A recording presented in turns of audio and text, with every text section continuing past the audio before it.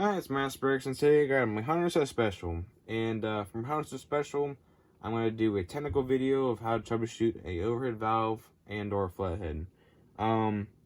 So the reason why I'm not doing an engine or something because, well, I don't have the bricks for it, and I don't have the money for it because, I have other stuff to spend it on. When you grow up, you got other priorities. Like, for example, I'm building a 1951 Chevy truck, and I'm working a job now. My friend is trying to pull me into dirt biking, and I like it.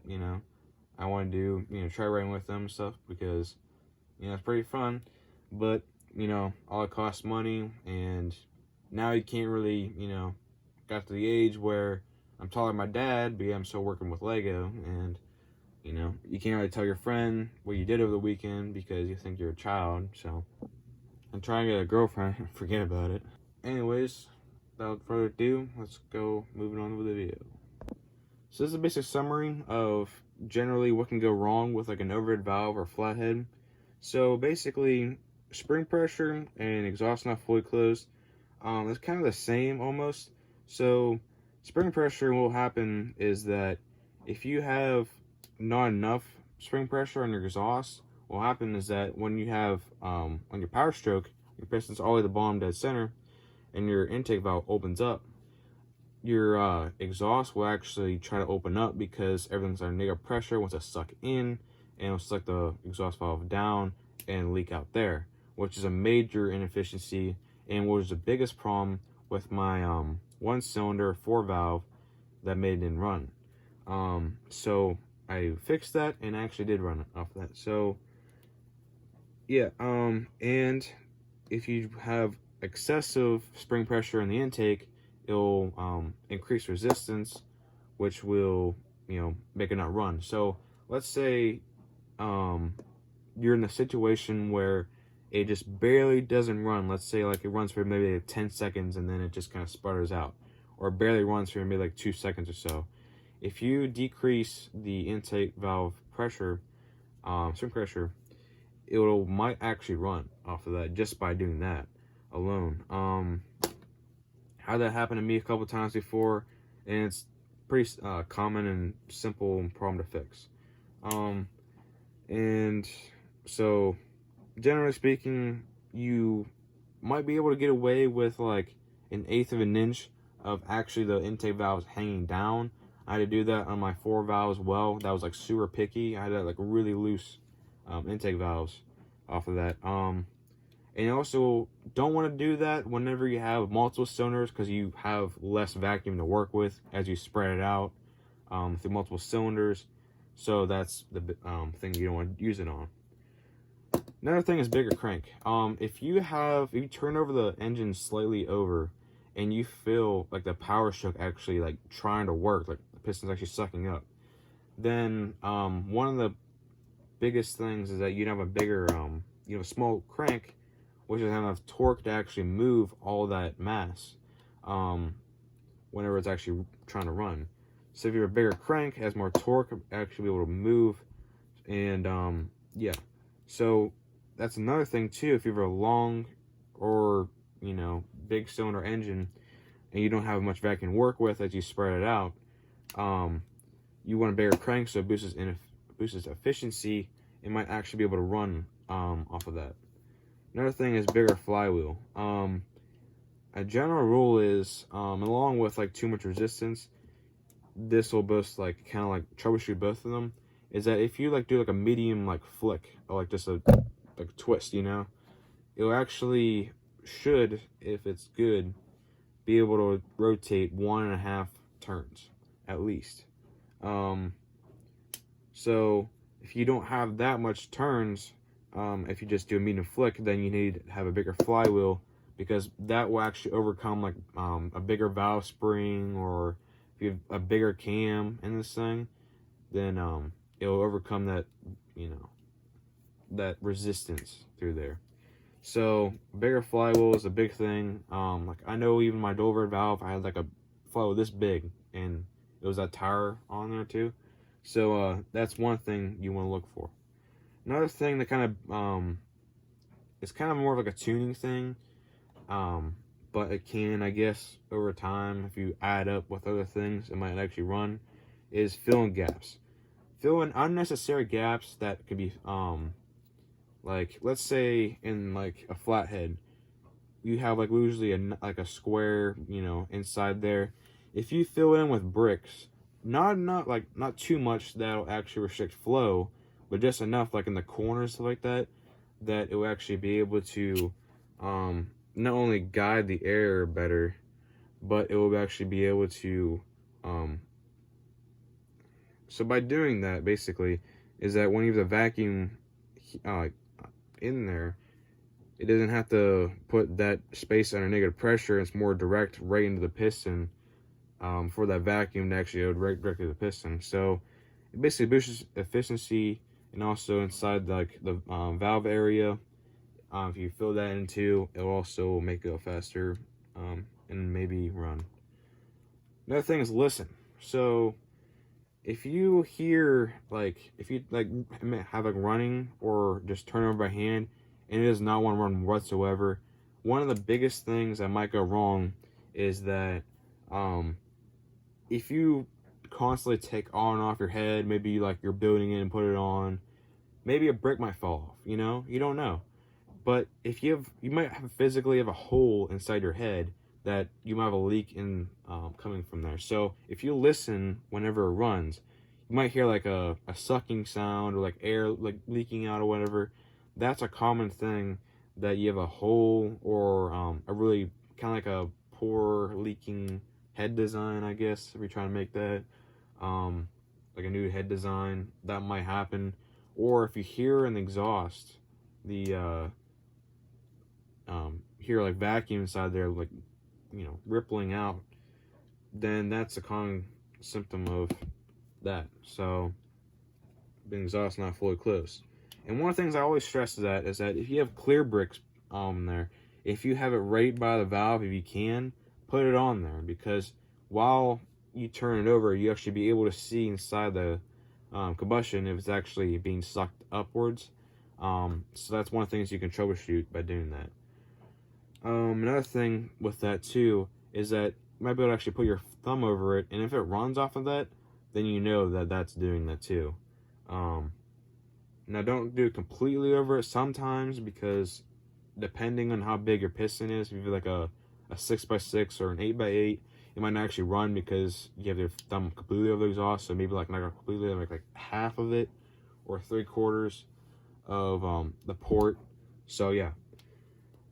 Another thing is too much resistance. So think about like your connecting rod on your piston or something. If it's like to the side, or maybe like you have your crank maybe too pushed in too much, have like too much resistance on there, or whatever. Maybe you have the push rod in another hole and it's like at like an angle or something like that. Just like give it a once over, see if anything, maybe loosen up some joints, make sure everything's wiggling, like the rocker arms, or if you have like a flathead, make sure the can like shifts back and forth just a little bit, that as like it's not like super tight or whatever. Your crank, make sure that has a little bit of play to it, everything. Just check it, because it'd be common symptom if you have like a 4x4 piston vacuum engine. I have it many times where I would have something too tight and it wouldn't run off of that, because 4x4 piston engines are kind of picky in that way. Another thing is timing.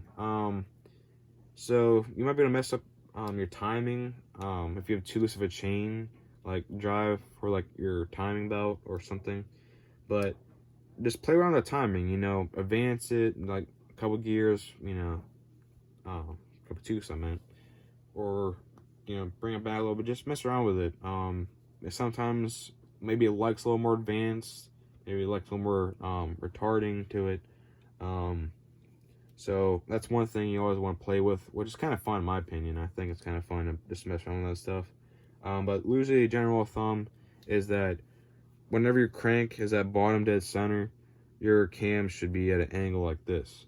And sometimes what will happen is that you're actually spinning it the wrong way. Maybe I spin it the other way because it's actually directional 99% of the time, depending on your engine. But yeah, you might be spinning the wrong way. If it feels like it's actually trying to run one way versus the other way, then try to go that one way and make sure try to make it run to go that one way. So yeah, and you don't have to have it completely 90-degree angle. Like I said, you can mess around the timing and make it whatever you need. Another thing is make it stronger. So sometimes on the push rods where you have like supports are on there too, that axle like supports and everything, sometimes it can be like loose and it actually have play up here, so whenever by the time actually the push rod actually touches it, it's like almost all the top of the stroke and it's barely even pushing down. So that's why, because like it has like you have like so much valve spring pressure that by pushing on it, it's actually just lifting the whole thing up, and your supports at the bottom are actually lifting up. And you need to put like some supports from like there to there, or make it more beefier, or whatever you need to make it stronger. So yeah, another thing is more flow. I have a dude being like strangled, but because he can't breathe, I guess. But more flow. So I know on my flathead, I had a 2-stud wide intake on there, feeding 2 cylinders, and I wanted to do that because I want to be like a little putz around engine, like old school Ford Model A engine, something like that, a little putz around. Well, it turns out that actually restricted so much that I didn't run. And I made it 4 studs wide, and it ran like off of that. So that's one thing. If you can't get it running, sometimes that might be the key, is having more flow in there. I know even on my 4 valve, I need a 4 stud wide intake on there. I had to do bigger sometimes, like taller, stuff like that. So I always like mess around with that flow. I guess you can never really have too big unless you're having leaks, I guess. Another thing is having smaller cams. I know like all the times people would be like, oh, I want a giant ass cam, I want to be one of those, big balls, I want to have the thing run as fast as I can with a bigger cam. Well, sometimes I can actually, what happens is that when you have a bigger cam, you have more travel, of course, on the valve, and, sometimes beneficial. But what happens is that you're actually pushing down on the valve spring, so you have more valve spring tension, and actually restrict more resistance, and might actually go the other way. So if you have a smaller cam, you don't have that much resistance pushing down on the spring, and you might be able to get away with it, actually go run faster by having a smaller cam. So it's all about what you have your cam. If you have a bigger piston, maybe you need more cam. If you have like a 4x4 piston, maybe even a 6x6 piston, you might be okay with like a 1/2 stud, maybe like a 2-stud cam type on there. So yeah. Another thing is kind of like technical, but like rocker ratio.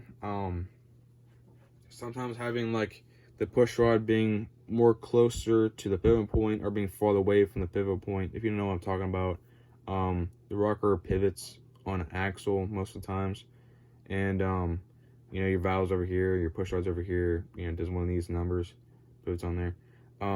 But if you have the push rod closer in, you actually change how far it goes down by doing that. And by doing that, it adds resistance. By pushing it farther down, might add like more spring pressure, or you're fighting the spring more than you aren't if you have it farther away. So you have less travel by having it farther away. So it's all about kind of like technical stuff. That's kind of like more if you have like a new design or something, that can be one of the things. Some of the dumb stuff that you might be not thinking of, like if you don't have smooth walls, like cylinder walls, that's one of the major things that might be like really clanky, and you definitely want some smooth cylinder walls. Make sure your piston is there. It's not like sucked out of there, or you forgot to put the piston together. Make sure you have an IQ above 100. Like, sometimes people, like, you know, do dumb stuff. You know, I'm not, you know, I'm a victim. You know, I fall victim to some of that stuff too. You know, like, I know one time I literally like let's say like listen, you know, I had a brick literally out of it. I wondered why that thing didn't run. Well, I was missing a brick. You know, literally like a 1x4 was like gone. You know, and yeah, just and the biggest thing that I want to always put down is that if you just sit down with your engine and just free ball, you know, anything you can think of that might be doing it, you know, just experiment it, see what like the problem is, and see why it's causing it, and you always might learn new things, you know, even in the real world, you know. That's how I even did all this, was by just sitting down with my vacuum engine and just seeing what the problem is. And eventually I built up the knowledge to what one thing happened because it caused another thing to happen. Like, for example, it might be too much resistance, and I'm trying to play around with the cam, but meanwhile I find out that it has too much spring pressure. You always try to look for things and realize what's wrong with it, because you're trying to find the root problem of something that might happen to cause it.